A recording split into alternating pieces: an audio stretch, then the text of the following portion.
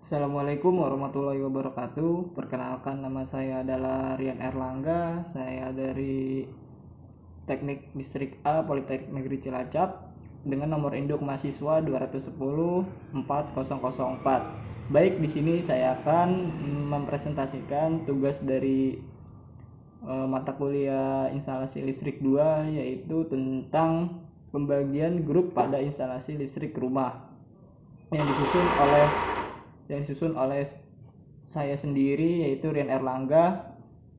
Baik, langsung saja ke tahap berikutnya. Pengertian dari grup instalasi listrik yaitu adalah pembagian grup instalasi adalah suatu analisis rangkaian instalasi di mana rangkaian tersebut dipasang dengan pembagian masing-masing jalur berdasarkan beban listrik yang akan disalurkan. Secara dari segi estetika dan segi pengamanan, jelas pembagian grup di sini sangat dianjurkan dalam sebuah instalasi karena dapat merapihkan jalur instalasi dan juga dapat mengamankan daripada jalur instalasi tersebut. Selanjutnya yaitu manfaat grouping pada instalasi listrik. Manfaat grouping dari instalasi listrik yaitu yang pertama, dapat membuat instalasi listrik menjadi lebih rapih. Yang kedua, dapat meminimalisir kerugian besar jika terjadi trouble. Yang ketiga, memudahkan dalam proses perawatan dan perbaikan. Dan yang keempat, mengamankan instalasi dari terjadinya beban yang berlebih. Selanjutnya yaitu pembagian grup untuk instalasi satu fasa. Yang pertama, setiap grup harus diberi pengaman MCB dengan kapasitas sesuai dengan bebannya dan disesuaikan dengan KHA-nya. Yang kedua, umumnya digunakan pada rumah bertingkat, namun juga bisa digunakan pada rumah biasa sesuai dengan kebutuhan yang ada. Lalu yang ketiga yaitu MCB pada setiap grup harus dipasang pada jalur fasa. Dan yang keempat, beban pada setiap grup tidak harus sama ataupun seimbang. Dan yang kelima yaitu yang terakhir adalah pada instalasi satu fasa dapat dibagi menjadi beberapa grup sesuai dengan kebutuhannya. Selanjutnya yaitu aturan penggunaan MCB pada grup instalasi. Yang pertama, ketika instalasi pada sebuah rumah yang akan dibuatkan grup pada instalasinya, maka MCB pada bagian grup tidak boleh melebihi kapasitas MCB utamanya instalasi yang masuk ke kWh meter. Yang kedua, jika daya yang terpasang adalah 900 VA, maka kapasitas MCB utama pembatasnya yaitu 4 ampere. Jadi di sini daya yang terpasang harus disesuaikan dengan MCB yang akan digunakan. Cara mengetahui dari MCB yang digunakan sesuai dengan daya yang terpasang itu kita bisa lihat sesuai pada SNI PUIL 2011. Lalu yang selanjutnya yaitu aturan jumlah titik beban. Ukuran pada kabel yang akan dihubungkan pada stop kontak yaitu 2,5 mm. Yaitu 2,5 mm ini adalah nilai minimum kabel yang digunakan pada titik beban untuk grup instalasi. Penggunaan pada titik beban dengan ukuran kabel 2,5 mm yaitu bertujuan agar jikalau memerlukan beban yang besar pada bagian stop kontak tersebut masih dalam standar aturan SNI PUIL 2011. Dikarenakan ketika kita ingin menggunakan perangkat listrik yang menggunakan beban daya yang besar itu masih bisa dalam proteksi yang baik atau sesuai dengan standar PUIL. Terus yang kedua, untuk kabel NYA yang dipasang di dalam pipa, jumlah titik beban ditentukan berdasarkan pada kebutuhan beban yang akan digunakan.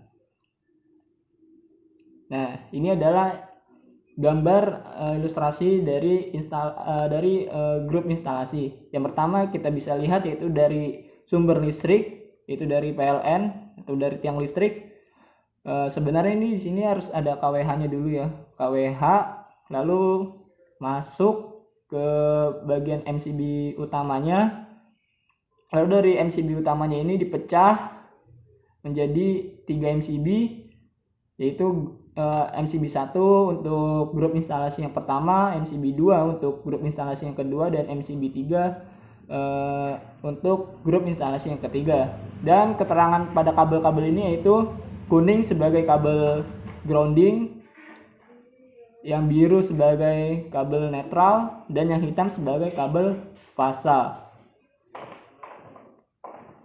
Lalu selanjutnya ilustrasi gambar panel instalasi. Di sini kita bisa lihat ilustrasi gambar panelnya. Di sini ada 3 MCB.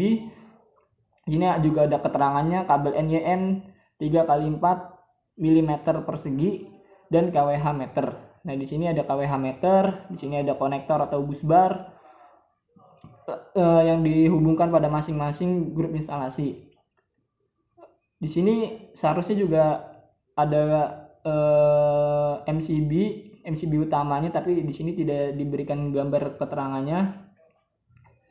Jadi bisa kita pahami bahwa setiap grup itu membutuhkan 1 MCB. Misalnya grup instalasi yang pertama yaitu untuk bagian depan rumah, grup instalasi yang kedua untuk bagian pertengahan rumah, dan grup instalasi 3 itu untuk bagian belakang rumah. Nah, jadi masing-masing MCB sini kita bisa gunakan untuk membagi beban-beban yang akan digunakan pada rumah kita. Nah, di sini ada ilustrasi gambar pada beban instalasinya. Kita bisa lihat dari jalur yang sebelah kiri yaitu masuk ke kWh meter, lalu masuk ke MCB 4 ampere, dan ini 4 ampere yang grup keduanya sama juga. Di sini bebannya adalah lampu dan juga beberapa stop kontak. Kemungkinan jikalau keduanya dipasang dengan beban yang akan yang akan menjalankan daripada daya yang akan dikeluarkan oleh kWh meter, maka si MCB ini akan menjadikan proteksi jika terjadinya short ataupun konsleting listrik. Jadi MCB ini akan mengamankan yang bagian grup 1. Misalnya grup 1 akan terjadi beban berlebih atau konsleting atau terjadinya yang tidak beres pada sistem. Nah, ini bisa mematikan grup satunya saja. Misalnya di grup 1 ini kita anggap saja menggunakan setrika. Setrikanya itu ada kebocoran arus, lalu kabelnya terkelupas, panas, terkelupas, dan short. Nah, itu bisa yang terputus hanya di bagian MCB yang grup kedua ini. Bisa dicontohkannya seperti itu. Kurang lebihnya ilustrasinya seperti itu cara kerja dari grup pada instalasi listrik ini. Lalu selanjutnya yaitu adalah sebuah kesimpulan yang dapat kita ambil dari manfaat grup instalasi listrik ini. Yang pertama yaitu bisa kita pastikan, yang pertama adalah penggunaan MCB utama dan MCB pada setiap grup tidak boleh sama dalam kapasitas bebannya. Maksudnya jika kita menggunakan daya yang 1300 VA, nah itu MCB-nya yang sesuai dengan SNI fuel kan 6 ampere. Jadi MCB pada setiap grup tidak boleh melebihi 6 ampere atau sama. Maksudnya seperti itu. Jadi harus di bawahnya 4 ampere ataupun 2 ampere. Kabel yang dihubungkan pada MCB yaitu kabel fasa dari instalasi tersebut. Lalu yang ketiga, KHA kabel disesuaikan dengan aturan standar fuel. Kuat hantar arus yang akan dipakai untuk instalasi ini harus sesuai dengan standar fuel. Bisa dilihat pada SNI PUIL 2011. Lalu yang keempat, grup instalasi bertujuan untuk membagi beban listrik. Mungkin itulah penjelasan dari saya atas nama Rian Erlangga. Jika kurang jelas ataupun ada yang tidak jelas ataupun ada penyampaian kata yang tidak dimaksud, mohon dimaafkan karena saya juga masih dalam proses pembelajaran.